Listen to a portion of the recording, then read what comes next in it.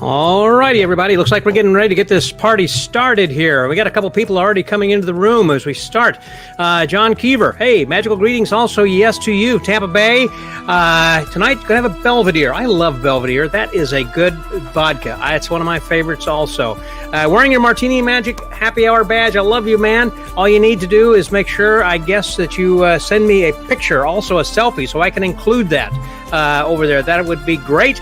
And also John Custer from Michigan, as usual, one of the first people in. I don't know how that we had John Keever jump in front of you, John, but thank you, and welcome again to being a friend of the Magic Word. Another friend of the Magic Word, we got Chuck Arkin from Cincinnati. Thank you very much, Chuck, for getting in here. This is great.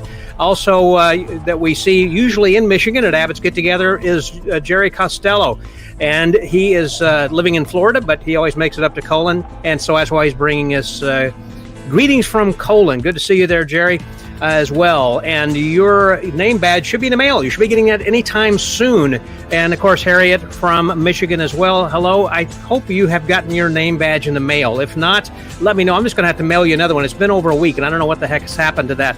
And my buddy Alan Gittleson over there, very good to have you in the room. Thanks again. And Kirby Van Birch, hey, we're going to talk a little bit about you, since I've got Rob Lake in the house here tonight then, too, about some of the illusions and you two guys working together. And Steve Mills from Wichita Falls, cheers to you again, my friend. And let's see, I think Jerry was saying he is drinking a bourbon, actually just sipping a bourbon. That's the way to enjoy a bourbon, perhaps a little cigar also, while you're on a boat, maybe out in Colon. We'll do that later this summer. Mark Holstein, Driftwood in the house.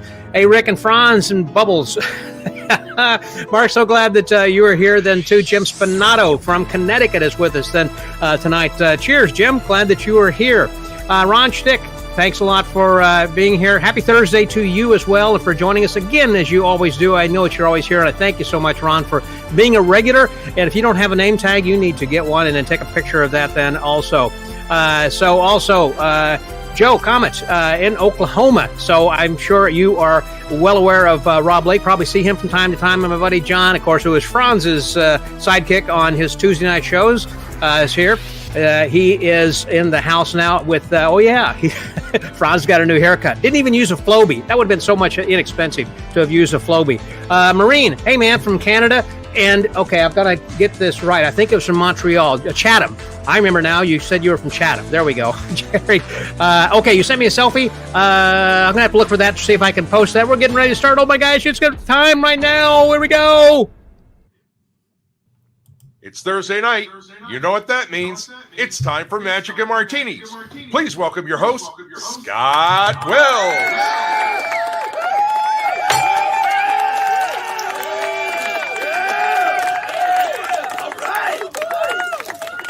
All right. We are here. I'm just running a little bit late here myself, but we're going to be getting the party started here. Just got to get my martini shaken up here and poured and get ready to serve this. Of course, can't forget just a wee bit of a spritz of a little 1, 2, and 3, little atomizer of my dry vermouth, and we'll see how this tastes. That is awesome. And it's all the more awesome because I'm here with you guys. I'm having so much fun. And, in fact, I'm wearing here this evening my FISM Italy shirt from 2015 in recognition kind of the international people we normally have and also the illusionists we have who tour all over the world then as well. And, of course, that when we are doing that, we are doing it with our badges. So that's why we need these stinking badges. And so we've got these that we're wearing, and we got a lot of people. I'm going to show some pictures throughout the evening over here then too. Don's here. He's wearing his M&M badge. That's my buddy. Thank you, Don. I love you. And Barry's over in L.A. And Ron, cheers cheers to you. And Joe is in Connecticut. Let's see. I think what I was about to say, as far as some of the pictures go, I wanted to show. I had one from Dan Sclair. He has another obligation and may not be here tonight, but you can tell him that I posted this picture of him holding his badge and wearing his badge in his Magic Tiki Bar. I thought that was kind of cool. So it's just a lot of fun. If you guys are wanting to also then to have a badge that you just have to go right there. If I can show you, that's right, M&M badge. Rick Wilcox and I just checked this out to make sure that PDF works. This way you don't have to go through my Google Documents or anything. It's a PDF. It's available then right there. So you should be able then to pick that up easily enough. Let's see. Someone else just popped in here. John, what'd you say? You just wanted to just here to win the Franz Harary t-shirt. You know, I have been and also ran in that contest so many times it's disappointing. In fact, I've just been off by one twice. Jeff Bibick beat me by a millisecond. And then this last week that George Schindler beat me just by one. If it just would have stopped one spin over, it would have been me. But so I'm still wearing this. Otherwise, I might have had a nice little Franz Harary shirt to wear from his show. Mark Rich, howdy from Georgia. Yes, Mark is here. In fact, I've got a picture then of Mark who had sent in his picture a while back with his name tag too, sipping on a drink. Thank you very much, Mark. I'm glad that you're here joining us as well. Let's see what else we got. Let's see. All right, listen, we're going to start to bring in some of the guests because we're going to be having a full evening of a lot of fun people here this evening to talk about, and it goes so very, very quickly, as you know. So in no particular order, let me just see which video I can grab here first. I'm going to first of all, grab this one because this will tell you something about it. Rather than me trying to explain the resume about the person we're going to be seeing, this will tell you a little bit about who he is.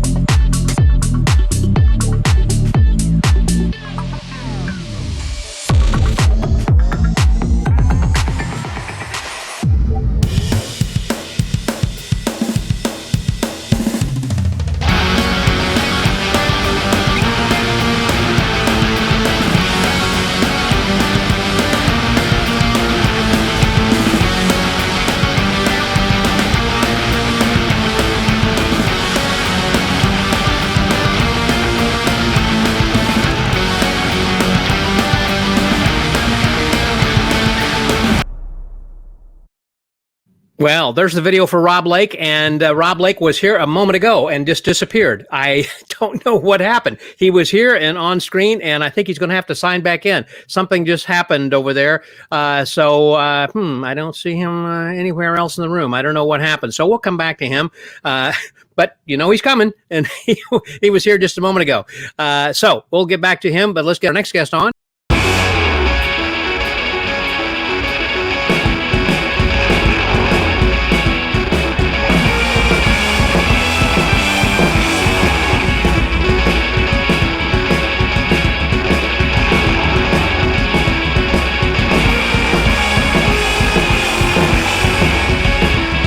Wow, that was a fast sizzle reel. What do you say about that one? Holy moly.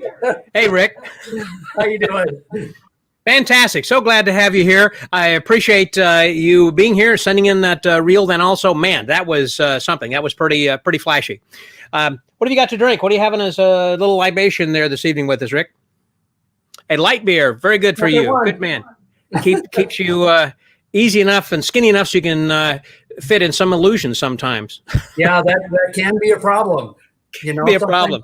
Some of those spaces that you have to keep the belly off, otherwise you can't get through the steel plate. And you can't keep rebuilding all the illusions. So you know you gotta stay in shape. Yes, right.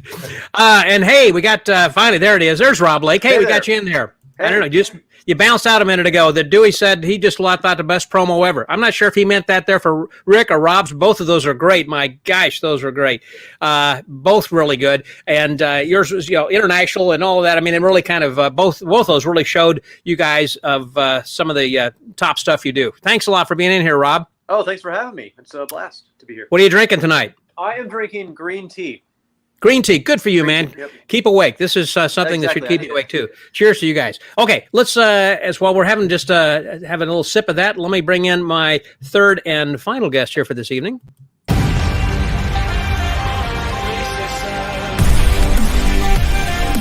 His shows are designed to shock and confuse with large-scale optical illusions that leave thousands of fans in awe. Meet Franz Harary. As a master of spectacle, his craft has been likened to counterpart David Copperfield, but his work may have arguably been seen by more people. Creating illusions for concerts around the world, he's worked with throngs of A-list stars like Missy Elliott, This is my man, Franz. Michael Jackson, and Usher. Today, after almost 3 decades in the game, his illusions keep growing, keeping his multi-million-dollar productions and brand of magic constantly in demand. It's magic time.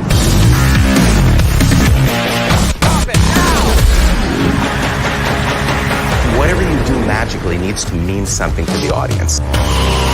Even though I'm distorting reality to my viewer, it's very real.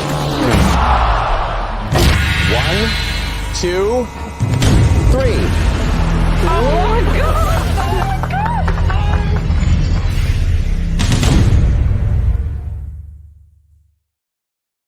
And wow, there he is, Franz Harary. Hey there, Franz. How are you, buddy? Hey, Scott, I think you need to bring your energy level up just a little bit. I don't know if I could get it quite to where John Pullums is. John is just on target all the time. I mean, You can't calm that guy down. He's like a Muppet on crack or something, you know? Well, that's a very careful blend of medications there. That takes some time to get. So glad to have you. And Kirby also is just saying, I love the new your new hair. Now he wants a T-shirt. Yeah, John says, now, Kirby's been watching my Kirby watched all 103 of my shows, and now that I see him on your show, I'm feeling like it's not so special anymore. I feel a little dirty, actually. Well, it's not sloppy seconds. I mean, make of that. Yeah, I think you were just we've been friends for a long time. Kirby has joined me for a while. In fact, I had him on an earlier show. But of course, I have some retribution. I am going to be having you on an upcoming episode. Right. And as well Kirby as is the Prince of Magic. Kirby is an actual Prince of Magic.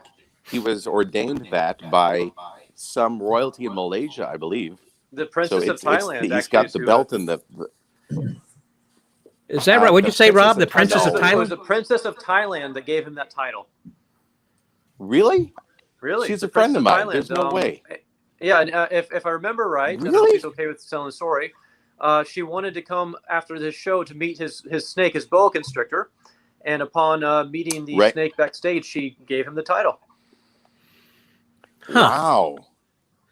Wow, and yeah, that's nice. That's nice, and the whole boa constrictor story works too. I'm glad it's kind of been reduced to that. That's nice, you know. You guys have all, I assume, at one point or another, probably worked with more than just large animals, but also snakes and scorpions and that kind of stuff then too. Nope, not me. Not me. I had a python for 33 years. She passed away last summer. She was 36, and she was like part of the family. Yeah, 33 years. 33 years. And what did the snake finally die, or did you give it up? Yeah, she did. No. She can't get. That'd be horrible to give up a pet. Oh, I lost you there. Yeah, give up a pet for 33 years. That's like giving up a child. No, she just passed away from old age. Huh? I didn't know how long snakes last. I mean, not that long. Yeah, surprisingly, not that long. So. I've heard that parrots last a long time. Right. I haven't worked with parrots, but I know they can last 70 or 80 years. And cockatoos and some of these other animals, they can do that. Now, anyhow, listen, all of you guys have all been working in very large shows and large venues, mega venues. In your case, Franz, where you're working like in shows in big outdoor theaters that seat, what, 80,000 people or so, like in India or something? Well, that's a few of those. They average more like 15 to 20. But I've had a couple 80, 100, but those are rare, you know? Yeah. Yep. And Rob, I know when you travel around the world, and also where do you find your theaters? Where is it that you normally are performing? Are they in college campus theaters, or are they in performing arts centers? I would say it's performing arts centers and casino resorts for the most part are where we perform and we tour. Uh-huh. So and all over the world. So it's, I haven't done colleges in many, many years. So it's just either standalone event centers or casinos, resorts are sometimes tied to it. And I know from going and visiting Rick's great show in the Wisconsin Dells, he is the #1 under TripAdvisor event or place to go and see and things to do over there. Your theater has just been going crazy. It's been great. Well, we sure enjoy what we do. And, I think that if you enjoy what you do, you can't help it but to that passes on to the customers, and they can see how much fun you're having, and they have fun as well. And, they can't help but to be excited about it just as much as we are. Well, the big thing, of course, about having your own theater is you don't have to, first of all, travel. So that way you can have your things stored. You can bring things out of the warehouse and in the back parking lot or something and move it around, as opposed to the kinds of things I think like it's interesting when Franz and I have talked, and he's lectured about this also, where he has to have different moving containers that are in transit across the Atlantic or the Pacific going someplace or another. So they will be there by the time that he arrives. That's tricky. That's yours is so much easier from moving from one room to another. Yeah, most of the time we stay right here, but we did 2012 we traveled to China, so we had a whole container, a whole separate show that we shipped to China, and it took a couple of months to get there. And we had a different show at the theater, and so when we got there, but yeah, I'm glad we don't have to tour like a lot of guys do. We're very fortunate. At what point did you finally make the decision of saying, this is what I'm going to do? Susan and I are going to stay here, and they're not going to travel. Well, we'll still travel, but it's a lot easier to just stay right here. Yeah. And we can do as many shows as we want right here in Wisconsin Dells. So that's pretty convenient, and it's good enough for us. Well, I think that's great because people could actually, as you say, they can come to you rather than you going out, which I think has been something I think all of you guys probably at one time or another have seen my buddy Ray Anderson at Esther's Follies, who is my favorite magician, and he solved the riddle that people come to see him. I don't need to travel. I'm busy, doing this and loving it. So why should I go cruise ships or do whatever? The world comes to see Esther's Follies rather than us going out and traveling. So it's nice to have your own theater or that somebody can come and visit with you like that then too. Rob, have you thought about having, and Franz also, about having your own theater at one point or another? Rob, you want to take it? Sure, I'll go first. Yeah, eventually maybe, but we've been lucky to be pretty busy traveling and touring, and I love being on the road. So far it's just worked out that way. So I mean, it'd be nice to park and sit down, but we really haven't found the right place or time. That is a problem, I think, of trying to find the right place. When I have watched your full video, and we'll talk about this a little bit later then too, where you had what you're doing for the armed forces and some of the other shows you do, it looks like, well, why doesn't he have a casino show of his own? Is that not a direction that you've really wanted to go, or are you thinking about that, or what? We have. It's been lucky. We've done Atlantic City and Tahoe and a bunch of international casinos and venues and shows in Asia. But I was the resident show at Atlantis in the Bahamas for 3.5 years. And that's right. And it was a great place. I lived there for 3.5 years, but after 3 years on an island, I kind of wanted to get back to the mainland for a while and do some other stuff. So that kind of was my home away from home for. We started with 8 weeks, but after being sold out for so long, they basically wouldn't let me leave. And I just finally got to the point where I wanted a little bit of a break and to get off the island for a while. Were you just kind of homesick, basically? Not really. I love to travel. I got little breaks so I could go home. But just living on an island, it's you're limited on things to do. You're on islands. I was an hour flight from Florida, so almost every day off I would fly over to Florida to escape from the resort and see friends and have a little bit of normalcy and then go back to doing shows. But it was a great time. After a little while, want a little bit of a breather. I know from what I've seen, Franz, when you travel a lot, you kind of also like to travel quite a bit. Most of it seems to be in Asian countries. It seems to be the Far East. Well, is it just because that's where the larger venues are where you can perform, or why are you always over there? Well, or is it just my perception? Going back to your first question, I actually have my own theater. It's a 2,000-seat theater in Sanya, China. Problem is, I can't get there because of COVID. China has locked out all Americans. So we opened the show with Rocco and Danny Cole and Al Violi and the whole gang, and we ran for about a week, and then we got shut down for the pandemic. Finally, in October of last year, they said, look, we got to reopen. You got to figure out something. So I was able to gather the members of my team that are already in China and Taiwan and Malaysia, China, Taiwan, Macau, that could get into China. And I redirected the show with only Chinese people. So I've got Li Yingwu, Marky Wu, an illusionist out of Taiwan, is now being me. So if the show's running and the Franz Harary arena is running, but I'm here stuck in the States while my Chinese version is doing the show. Wow. And it kind of makes me crazy, but it's one more story, Do they send you photos of videos of what they're doing? No, I still have to direct the thing. So I'm on video call every night from about 11 o'clock until 4 o'clock in the morning every day. So I'm still running the show because for no other reason I'm being paid to do it, but I have to do it remotely. So I'm watching every show, I'm tweaking and directing and changing, but I'm doing it in my underwear in my office in LA. Wow. John had an interesting question then also. Would you like to have your own theater that doesn't take 24 hours by plane to get to? Me? Yeah. Would you like to have one in the States? My dream is to just work for people that speak English. I'd be happy with that. Well, I assume you do speak more than just one language.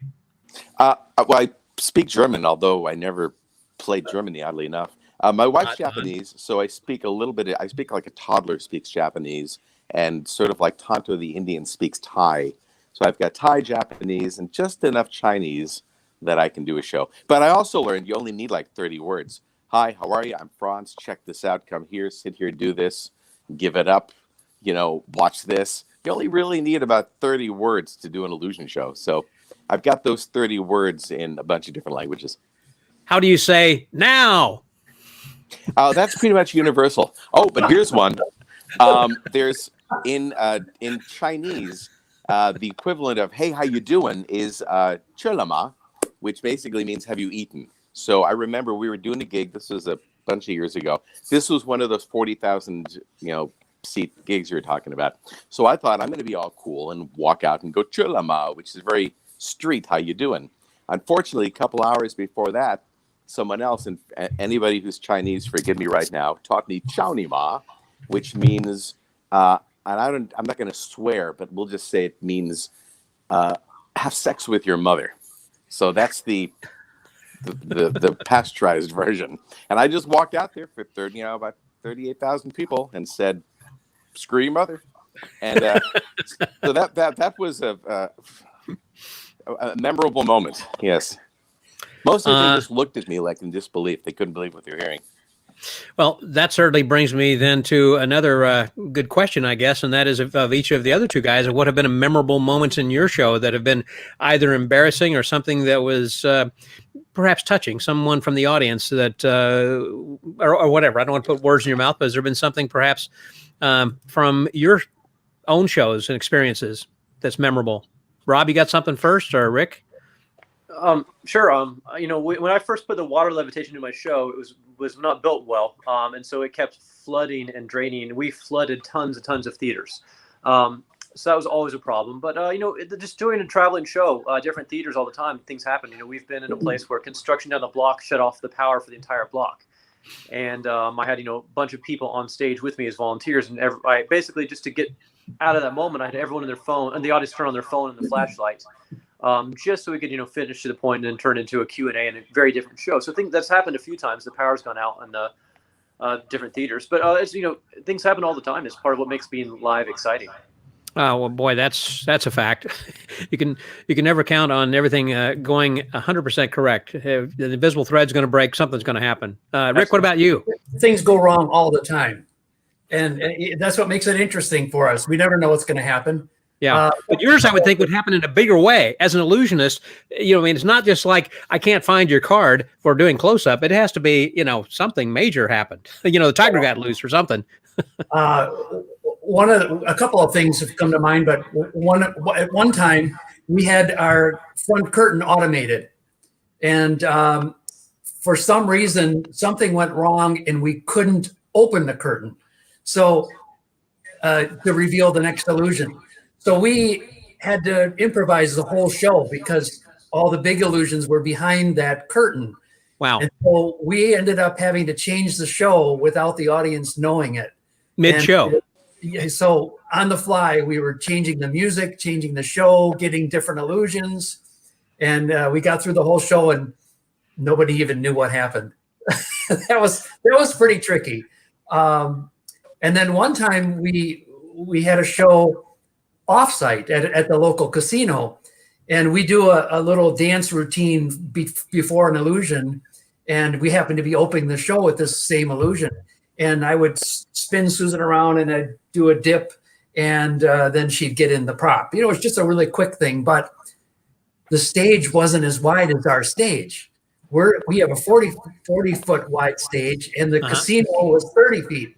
And so when I went to spin her, we went right off the stage. Didn't know we were going off the stage, and we hit the concrete before we even knew we were falling off the stage. And that hurt, but good thing we didn't know, because it's kind of like when you don't know you're getting in a car accident. Yeah. And, it just happened so quickly. It happened so quick. We didn't have a chance to even freeze up and get worried because we didn't know we were falling off the stage. There were a couple of questions that came in. I want to run one of them by you. What's your favorite illusion to perform on stage? I know what Rob's is. We'll get to that in just a second. Well, for me, mine's constantly changing because we're always changing the show and coming up with new ideas. But right now, the one that I really enjoy doing is the floating ball.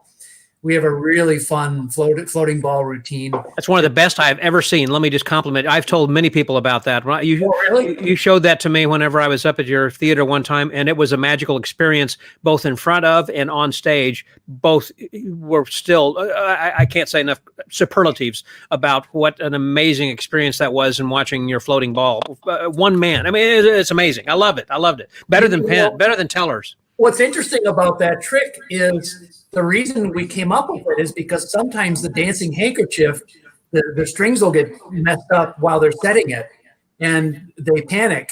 And instead of me having to do another trick, they just get the floating ball set, and they can get that thing set in 45 seconds.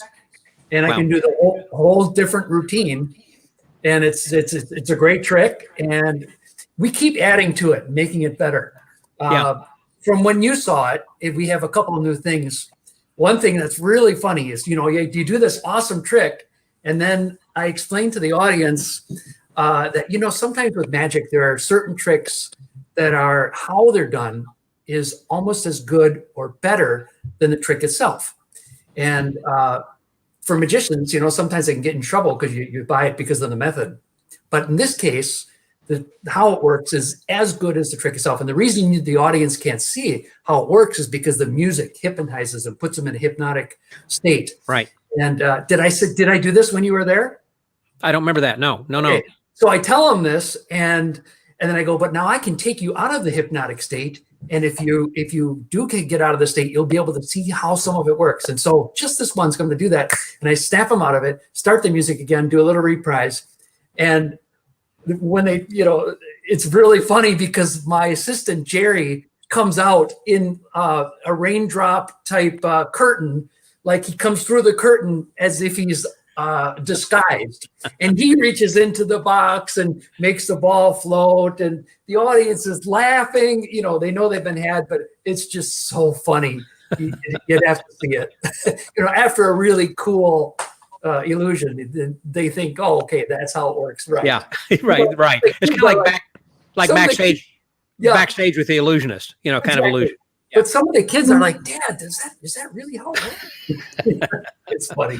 That is funny. Now, Rob, I want to ask you that same question over here then too. As I said, I do think I have an idea, and that would be the water levitation that was owned. That's one of those, but if I had to pick an actual favorite, I got the water levitation from Kirby. He helped me with that as well. But another trick that Kirby taught me when I was a kid was the sands of Egypt. That's beautiful. You did a great job on that. Oh, thank you. Yeah. Kirby taught me his routine, and I'm using his music and his pattern. I've been doing it in the same method that he uses. He taught me when I was probably 13 or 14. Your hands, by the way, do look perfectly dry. Sometimes without exposing any of the methods of other methods, the way you do it, it really fooled me. Oh, well, thank you. Well, it's again, it's exactly how Kirby taught me, and I've been doing it for many, many years, and it's fun for me to do. And the audience talks a lot about that one in the autograph line, so I know it's a crowd favorite too. That water levitation, by the way, too. I know you're a Henning fan, and you did get that from our buddy Kirby, but didn't that belong to Doug early or not? So Kirby had Doug's, and when I first started my career out, and I would book a gig, I didn't have hardly any props. So Kirby would let me come borrow props, and he would take he let me take the water levitation. He would just, if I had a gig, he would sacrifice his show for a weekend and let me borrow it and use it. So I used it for a while, but I wanted to rebuild my own style, my own version, which has the 2-tier kind of fountain. And the prop from Doug, it was Doug's original, built just for a short run, because the tank of water was actually a plywood tank. And it was the tank was actually rotting out, and they kept having to put new fiberglass and new patches over it. So it was not made to tour well. So I ended up getting my own design, but it was definitely something I got from Kirby, and he was really gracious to let me borrow that and many other props when I first started out. Yeah, Kirby's a great guy. I'm glad he's a friend of mine. Let me just round this out, this particular question then, which was, again, from Matthew, and this will go to you then, Franz. What is your favorite illusion to perform?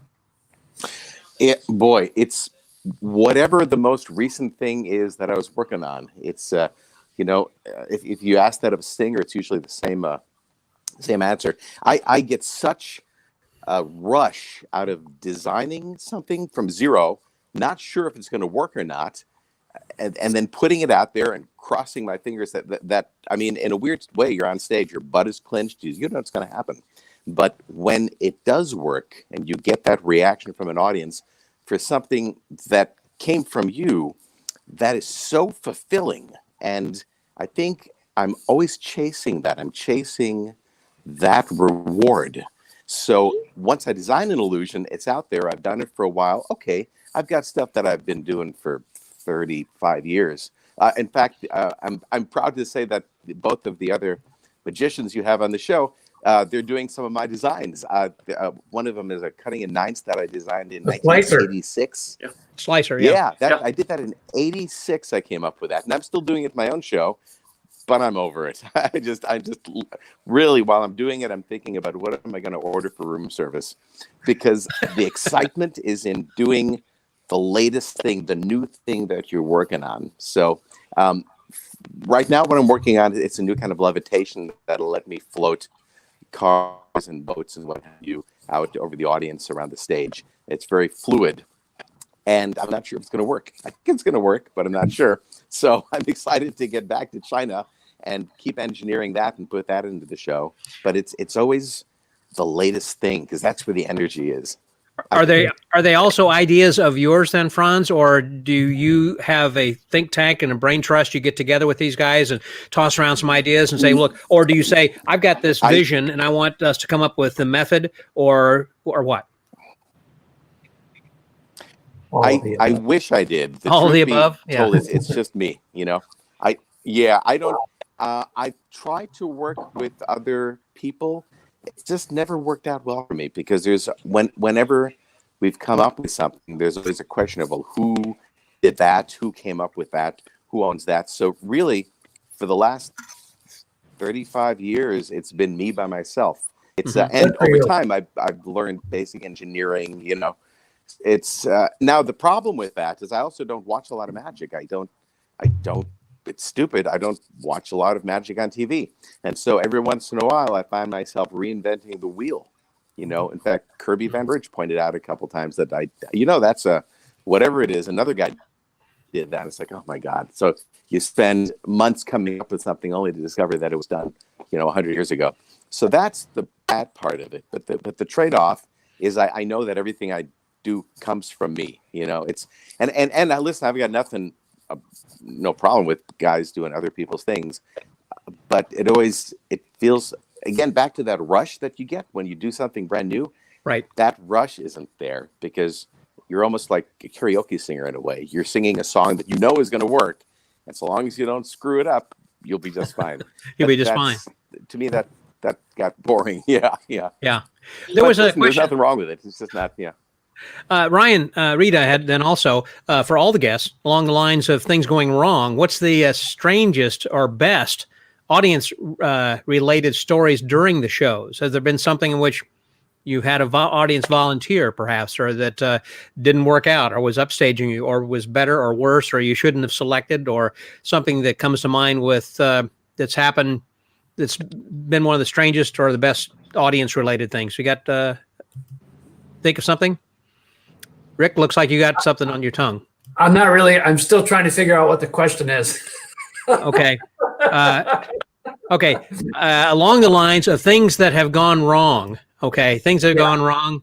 Or perhaps the strangest or the best audience related stories. So maybe when somebody comes up on stage, those are great. I have so many funny situations with kids coming on stage, and I used to do the old watch trick where you borrow the father's watch and the kid brings it up and you smash it. And I had a kid that was so nervous that when I smashed the watch, I looked at him and I knew something was wrong, and he was peeing on stage and it was going down his leg and there was a big puddle, and I was like, oh no, I didn't know what to do. You can't say, get them up. But I felt so bad for the kid. Oh, that was just one situation that just came to mind. But kids, you never know what they're going to do. And it's funny because sometimes they do something that's so funny. You figure out how to do that in every replicate it in every show. Sure. Like that it was happening for the first time. Just to give you an example, we had a kid get in the metamorphosis illusion at a certain point. And so now every show we do, he's cued to go into the trunk.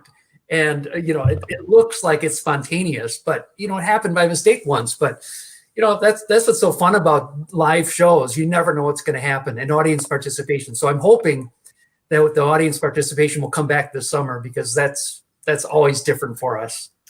Big difference over there. Rob, you got something in mind? I mean, just to repeat that, what makes it so interesting and doing night after night is that it does change all the time with different volunteers and different scenarios. So I've not had any bodily fluids happen on stage myself per se, but if something funny and great does happen, you do try to find a way to make that naturally happen every single time, or repeat it without it. Sometimes you can, sometimes you can't, but it's volunteers, especially with different languages and the language barriers, that really can be the problem.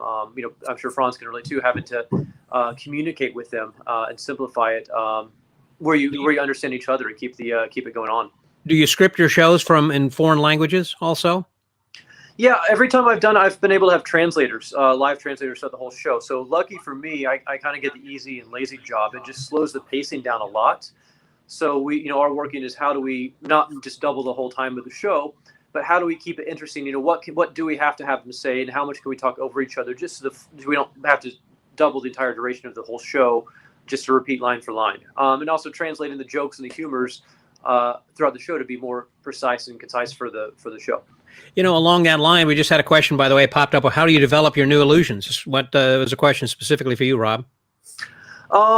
Years of practice. I have an idea, but traveling around the world so much makes it really hard to build and develop the illusion. So we'll try to do mock-ups, and then sometimes we'll have things built for years before it actually gets into the show. One of the tricks I did on America's Got Talent took 7 years, and then I've got a virtual show that's debuting this weekend which has an illusion that I had the idea for when I was 12, and it took me 25 years to get there. When I was probably 20, I was in Kirby's living room, we're mocking it up with his furniture, trying to come up with ways to do it. We've built 10 different versions of it over the years, and it's finally got to the point where it's going to be it's ready for the audience after 25 years of working on this piece. So it's really just dedication and lots and lots of work and trial and error. Yep, that makes perfect sense as well. There was a question, by the way, that John Pullum, let me find that again for all three of the guests. If you can go back in time and give your 16-year-old self one piece of advice without becoming about becoming a successful magician, what would it be? Franz, I got a feeling you may have been asked this by John before, or perhaps on one of your 103 episodes.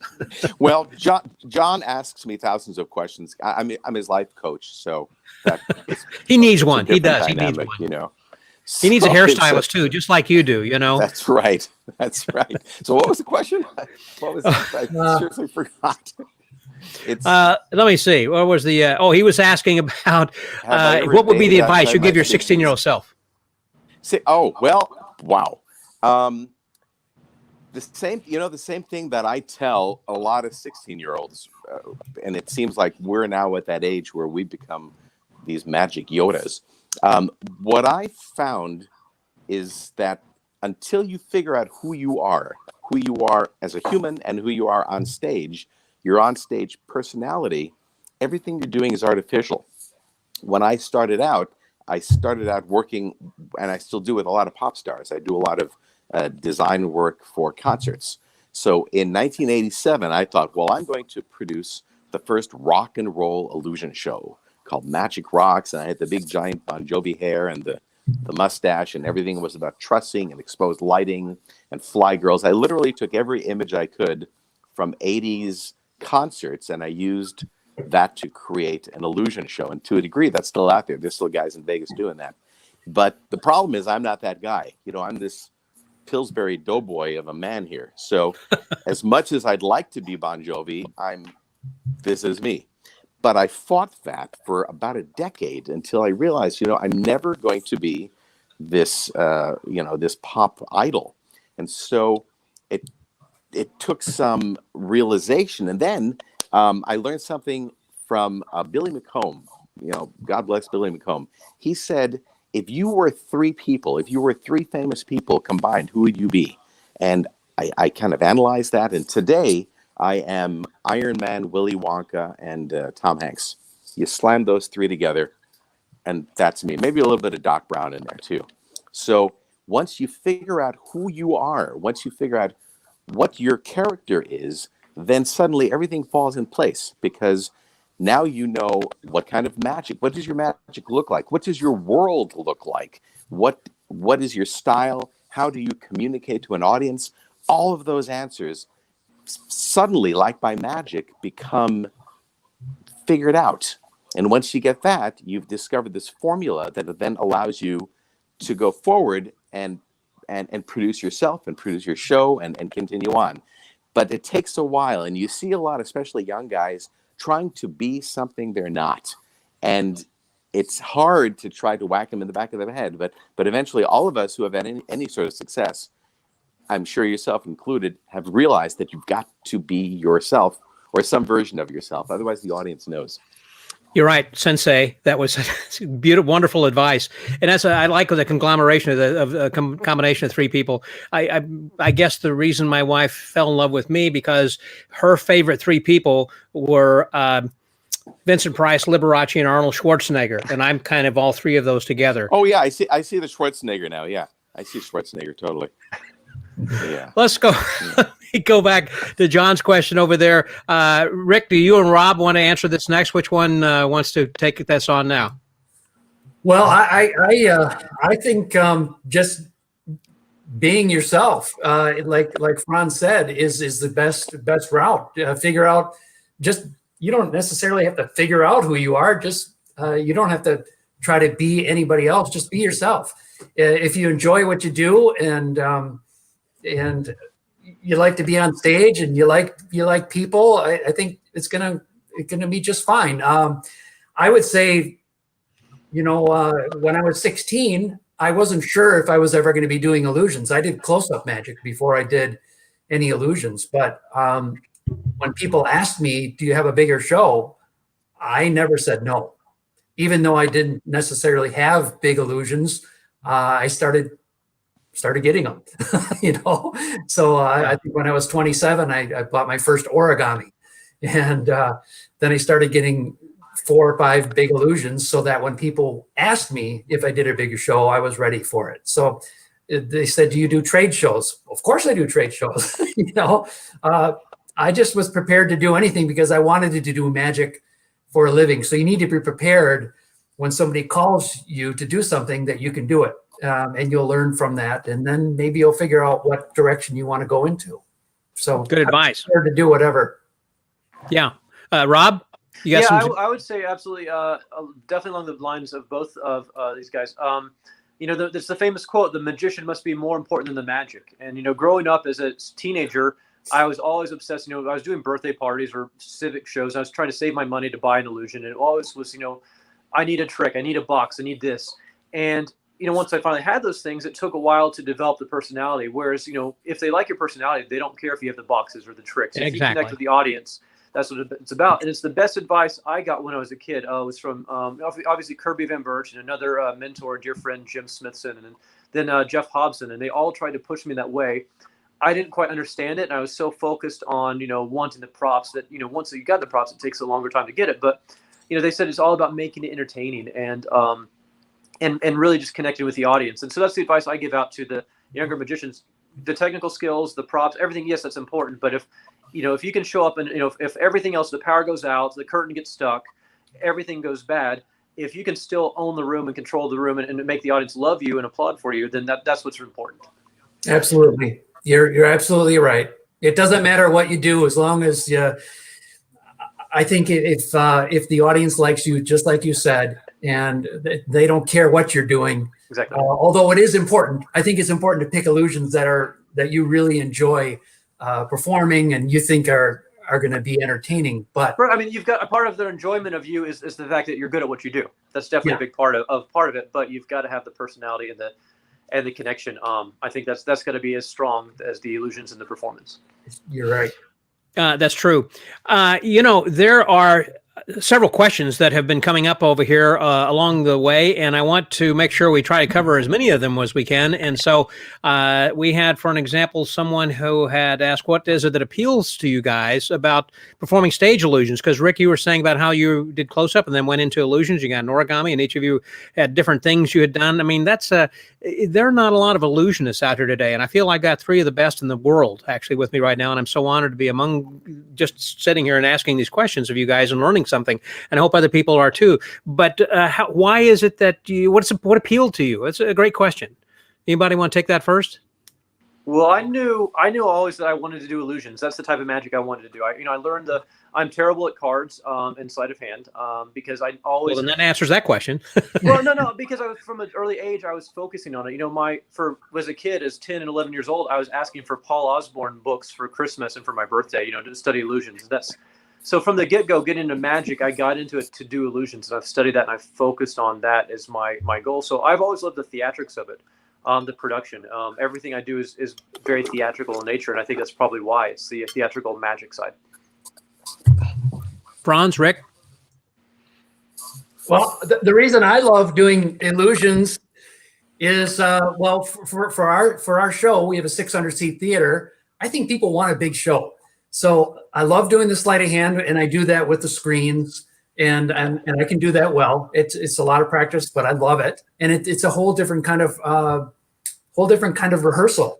When you do an illusion, there's a lot more that's involved. It's the music, it's the choreography, it's how you move, and it's the prop. There's so many different things that can go, that you have to work on when you do a big illusion, and lighting, and there's just so much that goes into it. It's exciting. It's fun.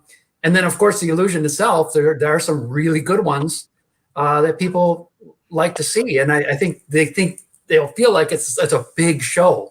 And right. If you have your own theater, you don't have to set them up all the time. That's really nice. Just kind of move them over. Well, when illusions, take a couple hours to set up, and that's exhausting if you're having to go from one show to another, and like you do, Rob. But it's still worth it, isn't it? Absolutely. Yeah. And along that line, also, when you talk about illusions, I mean, you're doing big illusions, you guys, but then I always consider, of course, I don't know if you coined this term or not, Franz, but a mega-illusionist. That's what you do. Like making the space shuttle disappear or something that you've done. I mean, my goodness, how much more major can you get? I guess the Statue of Liberty? Oh, that's been done. But the point is, why did you decide, also, what appealed to you about illusions and mega-illusions in particular, Franz? Well, I I remember I was probably 8 or 9 years old, and I saw Doug Henning, and I wanted to be Doug Henning. I thought I need to do that, and I knew nothing about magic, and to a degree, I still don't. I mean, I couldn't do sleight of. I've got the sleight of hand skills of a lemur. I have no close up skills whatsoever, but I was so drawn to the idea of illusions because at the time I was already into theater. I thought I was going to go to New York and I was going to be a singer. And in fact, I had a scholarship to, musical theater, Eastern Michigan University. I did all this stuff with University of Michigan. I was going to go to New York. That was going to be me. And Doug Henning comes along and I go, oh my gosh, this is theater and I can do this right now. I just got to figure out how to do these tricks and I could do them for talent shows. So I started experimenting, and again, I had no idea what I was doing, but I was little by little able to come up with illusions on my own that I could then do for, school talent shows and that sort of thing. And it just kept going along. And I realized the bigger I get, the more people I could reach. And it's still true to this point. Now, a weird thing has happened. You look at guys like Shin Lim, who is eclipsing all of us, He's got a deck of cards and some hair, and he has left us all in his shadow. So magic has taken a weird turn, and it will continue to evolve. Magic evolves in 6-year cycles, so we're going to see that change again. 6-year cycles. I've not heard that before. Notice it. It's right there. You just discovered it. Magic comes up and down in different markets in 6 years. Watch what happened to. Are you talking about international markets? Worldwide. If you look at magic worldwide, they're always 6-year arcs. It's huge in Korea, then it's huge in England, then it was huge in the US, and then it dropped, and now it's coming back again with Penn and Teller Fool Us, but 6 years. But with illusions, there you go. I realized I could reach so many people, and the bigger I got, it just seemed like a natural evolution. And so as I started developing bigger and bigger illusions, a weird thing happened. Well, David Copperfield comes along and he does planes and the Statue of Liberty. And of course, I start getting asked for the same thing, but I don't want to be doing David Copperfield. So I started figuring out new methods in order to do these big things. And they kind of became a vehicle for me because companies would call me. I did a lot of corporates. We want you to make our new office building appear. We want you. I did so many car launches, still do, because it's a natural method to introduce new products or introduce new services. And so my stuff just kept getting bigger and bigger and bigger. And somewhere along the line, I think it was the BBC coined my stuff Mega Magic, and everybody ran with it. The problem today is the really big stuff, if it's not live, it means nothing, because any 14-year-old with a Macintosh can make the Statue of Liberty disappear, or anything that I did. I did the shuttle. I made the space shuttle disappear in 1994, and it's all live. It's real. But today, literally in 10 minutes, you just hit the right keys and the space shuttle disappears. So it means nothing. So as technology moves forward, our art form needs to surf that wave of technology. It's always slightly ahead of what is possible. And at the same time, what we do as magicians is we inspire the development of new technology. So there's this weird intertwined dance as magic and tech is forever promoting itself in this endless loop, But to go back to the mega magic, it really just kind of became out of necessity, because in order to continue what I was doing, I had to keep upping myself, and I got bigger and bigger and bigger and bigger until suddenly technology changes everything, and Shin Lim comes along, and and now I wish I could do a double lift, which I couldn't do to save my life. I'll help you. Yeah. Along that line, also, you guys have inspired another generation when they see the professionalism and the quality of your performances and what you're doing. And I mean, you're all three just rock stars in your profession. When I go back to who you're mentoring now and inspiring, let me go to this question: is who inspired you, and perhaps who were your mentors? Anybody want to take that on first? I think you'd said there, Rob, you were, that about how Kirby had helped you. Yeah, obviously for me, Kirby Van Virtue's still a dear, wonderful friend, and also a local magician, Jim Smithson. But for me, my biggest inspirations before magic and still to this day are Walt Disney and Steven Spielberg and and Jim Henson. So I really, I mean, anytime I'm down or need a boost, I will go to a Disney park or get a watch a documentary, read a book about them, because they really embody the creative process and really know how to create magic. So I think of them as some of the greatest magicians or even wizards. Yeah. And I will say, growing up, one of the most amazing and spectacular illusions I saw as a kid was the space shuttle. And growing up as a kid, when you'd be like the kid who did magic, people would always say, "Oh, did you see that guy make the space shuttle disappear?" Cool. That guy. Oh my God, I am so old. No. So freaking old. You're not so old, Grandpa. The problem is now I hear all the time. I used to watch you as a kid growing up. When I was a little kid, I used to see you on TV. Now the problem is people saying that are like in their 40s. So it's like it doesn't have the same dynamic. So a couple of years ago, my editor, I was doing some project. My video editor he told me this. He was scamming some girl. He's trying to, land some girl du jour. So he brings her over to the studio, and he was working on some stuff of mine.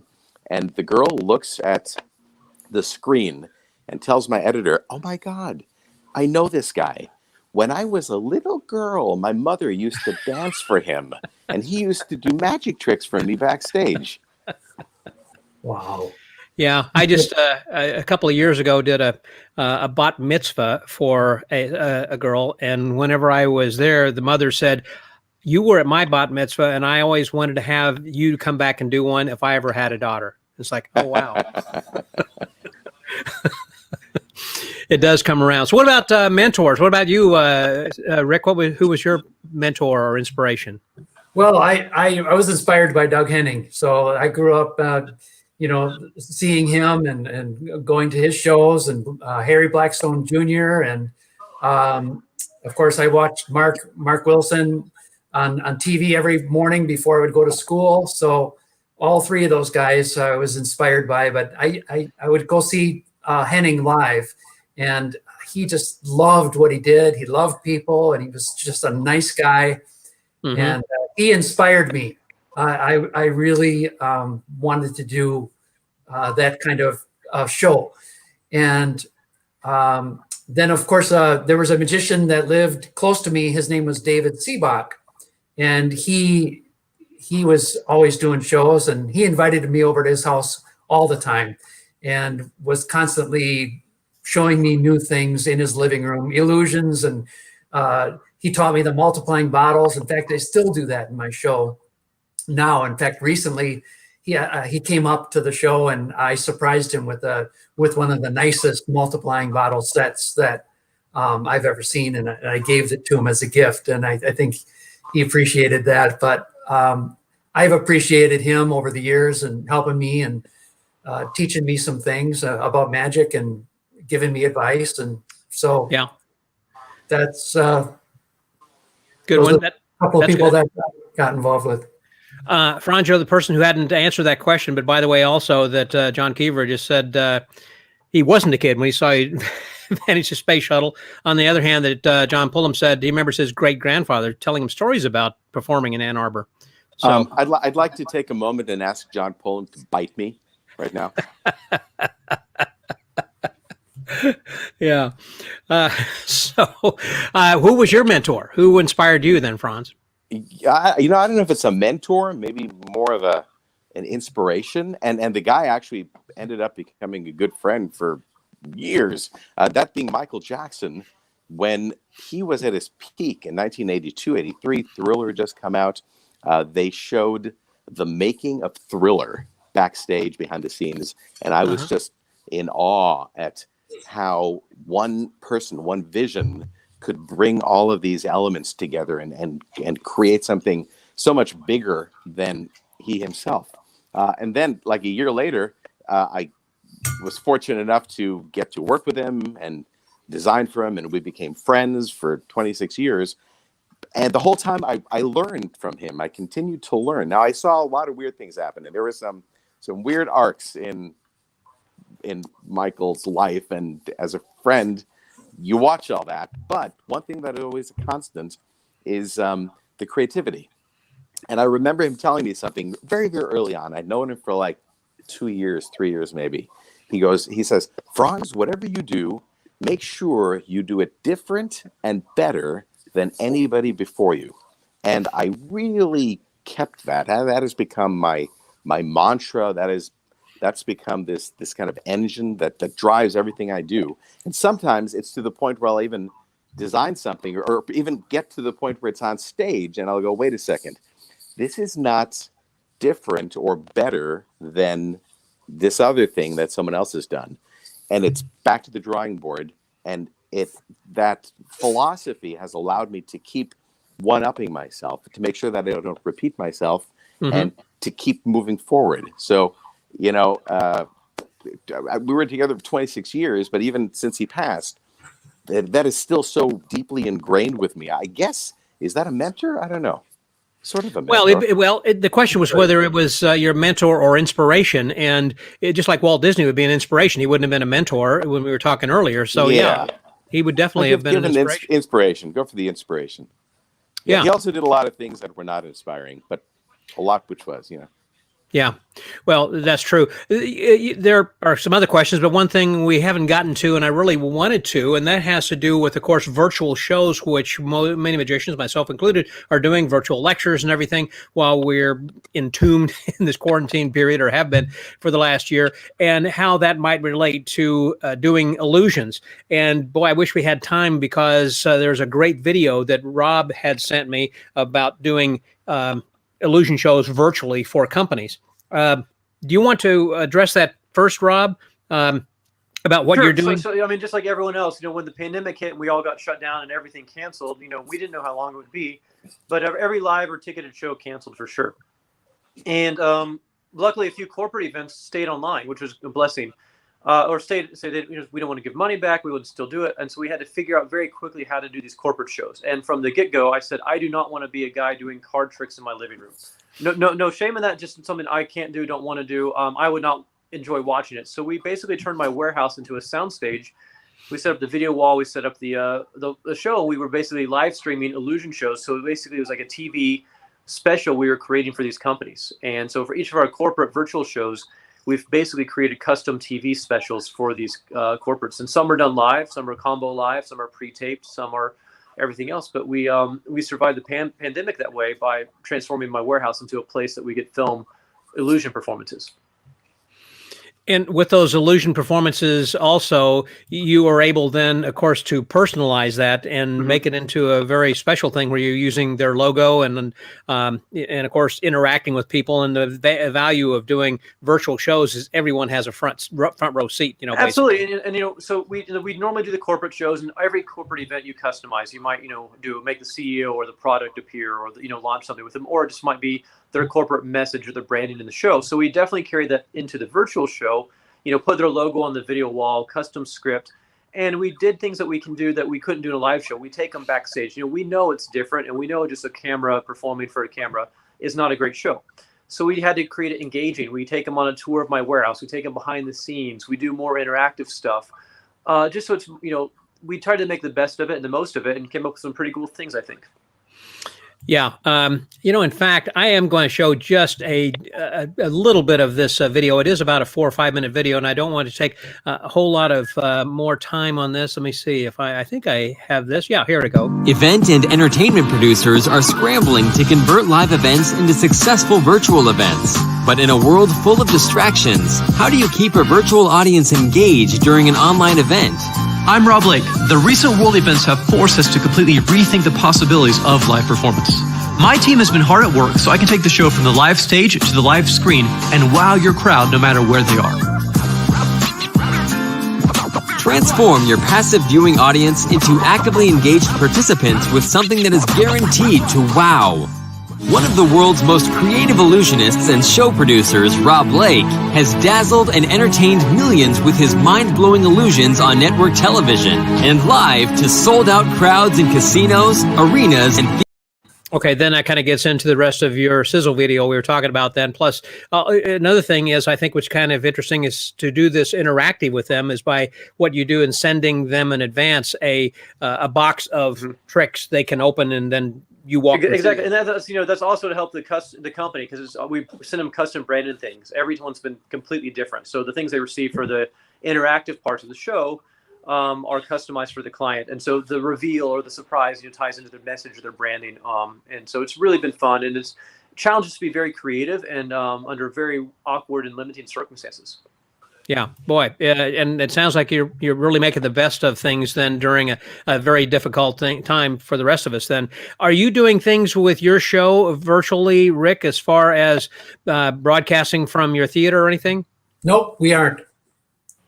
Okay. What about over there, Franz? What or aside from you've been doing a lot of things I know online here. Well, as far there's my self-proclaimed, highly celebrated internet talk show, Talking Yep, Magic, which is awesome, with with John Pullum, which you need to watch every Tuesday on my Facebook fan page, Franz Harary fan page. But I got to say, Rob, if I had a hat, it would be off to you, because I have not been able to figure out how to translate illusions into this new medium. And I think, honestly, I kind of screwed myself, because I created this machine that requires 30 people for me to look good. And without all the production behind me, there's a lot of guys that do a lot better than I do with just a handful of things, yourself included. So I don't think that I am able to bring things down to a scale small enough to make the economics work of it, because I've not found anybody who's able to get really, really big numbers doing. Oh, there's a couple of guys out there, but we're not getting, theater numbers doing illusions in a Zoom or a StreamYard medium. So I kind of did it to myself. I gotta wait till things open up again and I can go big. But well, I've got nothing but respect for you. We have a certain brand in mind, and people have an expectation of you being at that level to meet that brand. And if you come in and you've just kind of got a shoddy background or the lighting's off or whatever, not quite the same as what they're expecting for a big kind of a thing. I do recommend that everybody go listen and watch your show on Tuesday evenings. It's phenomenal. And you have the most amazing guests who come in, and things that you talk about. Including you. Yeah, you kind of, I guess, got to the end of the 100 episodes. It's like, who else have we got? Yeah. I'll take it. No, Thank we you were very saving much. you. We were saving you for the end. That's what Stan Allen always says when he said, "Oh, the next issue was going to have you on the cover." If everybody he talks to, but you had Chris Michaels, I think it was, who was on. Right. Yeah. And he is some sort of an internet guru as well, of marketing and everything, and had some phenomenal ideas. Yeah. Oh my gosh, you should go back and listen to that episode. And he was saying he's making between one episode ago. Don't go to the last. Well, go to the last episode, because it's got Luis D'Amatos, Walter Rolfo, Perry Maynard, and Lorenzo. Lorenzo. So watch them, but then go back 1 week before that, because you're right. The information that he was just spewing out, amazing, blew me away. And when we were done, I asked him privately, why do you want to give away all this information? You are creating competition for yourself. What's the point? And I don't know that I fully bought into his answer, but he seems very straight and very honest, and not an unpure bone in his body. Right. And he's just given away all this incredible information that I wish I had 30 years ago. Yeah. So it's tune in, Well, you had told me whenever Banachak and I were on that evening, and I was talking, you were saying, man, it's like taking a drink from a fire hydrant. And I felt like that when Chris Michaels was on, he was just also just like an automatic rifle. I mean, boom, boom, boom. I mean, wow, it's worth going back and listening to that. Good idea. Good people that you're having on there. It's been great. Well, listen, speaking of great, this has been great. We've kind of gone through a happy hour. We've just had our last call. There was a question over there, I think, that John Pullum had just asked of what it is that you're drinking. I can't find that question over there, but what are you drinking tonight? I forgot to ask you, Franz. I have a fine Burger King Diet Dr. Pepper. Good for you. Vintage. It's about 6 hours old, so it's just at that right temperature. Let me also suggest, by the way, if you want to spice that up a little bit, what really adds some more flavor to that is to squeeze a little lemon in it. If you put a little lemon, first of all, it's just like mixing drinks. You put ice first and then put the drink on top of that, certainly. So this way, as opposed to the other way around, you don't put the ice in on top of the drink. Anyhow, the idea is if you just put the ice in, squeeze a couple of wedges of lemon, and then put the Diet Dr. Pepper in there. Dr. Pepper, I think, actually works better. You said Diet Coke is what you got? Diet Coke? This is Diet Dr. Pepper. Well, Dr. Pepper, yeah. You remember Pepsi Light? Introducing Pepsi Light? We put a little lemony taste in and took out half the calories. You remember that? You're old enough for that. I think it's Pepsi Light. Introducing Pepsi Light. Yeah. That's it. I do remember that. Listen, I want to thank you very much. And Lindsay, hey, Shiny Nickel, so glad she comes in all the time, but she's a lurker.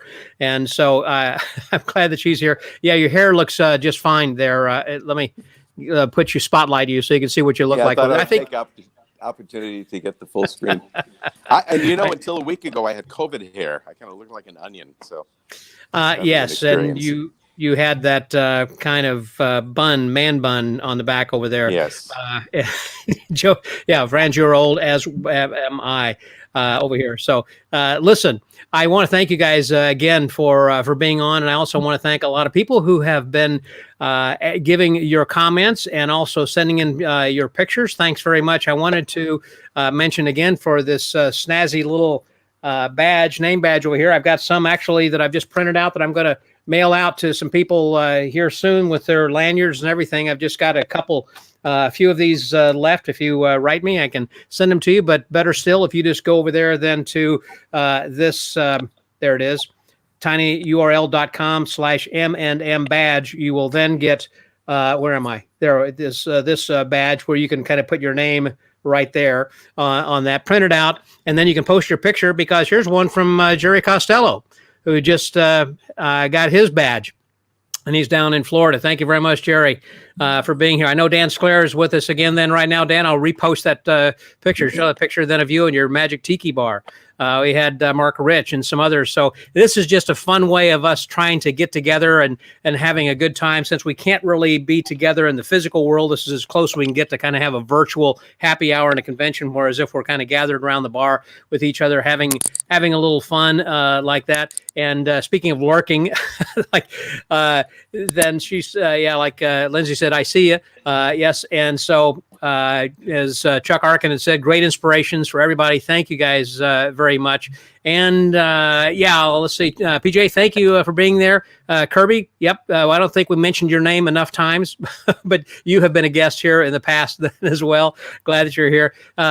Thanks, Joe. And thank you guys also for being my guests then as well. Any last comments or anything that you want to mention or say before we sign off over here? It's been a blast. Thank you for having me. And I hope we all get to connect in person soon. Yep, the sooner the better. And we have had just a fun time here this evening. Next week is going to be another epic episode we're going to be having and talking about books and what the heck are people reading a lot more or a lot less than now. So we're going to be having the old H&R Magic books with Richard Hatch and Charlie Randall is going to be joining us along with Brad Henderson, who is another fellow who reads a whole heck of a lot. So these guys are going to be our guests next week. So I hope that you come back and join us. And I hope in the meantime that you kind of go back and you can download your name badge, send me a picture, be glad to post it. So glad that you guys have joined us. So thank Rick Wilcox. Thank you, Rob Lake. Thank you, Franz Harary, very much for being our guests. Each of you fellows over there, you are the best. Thanks, Scott.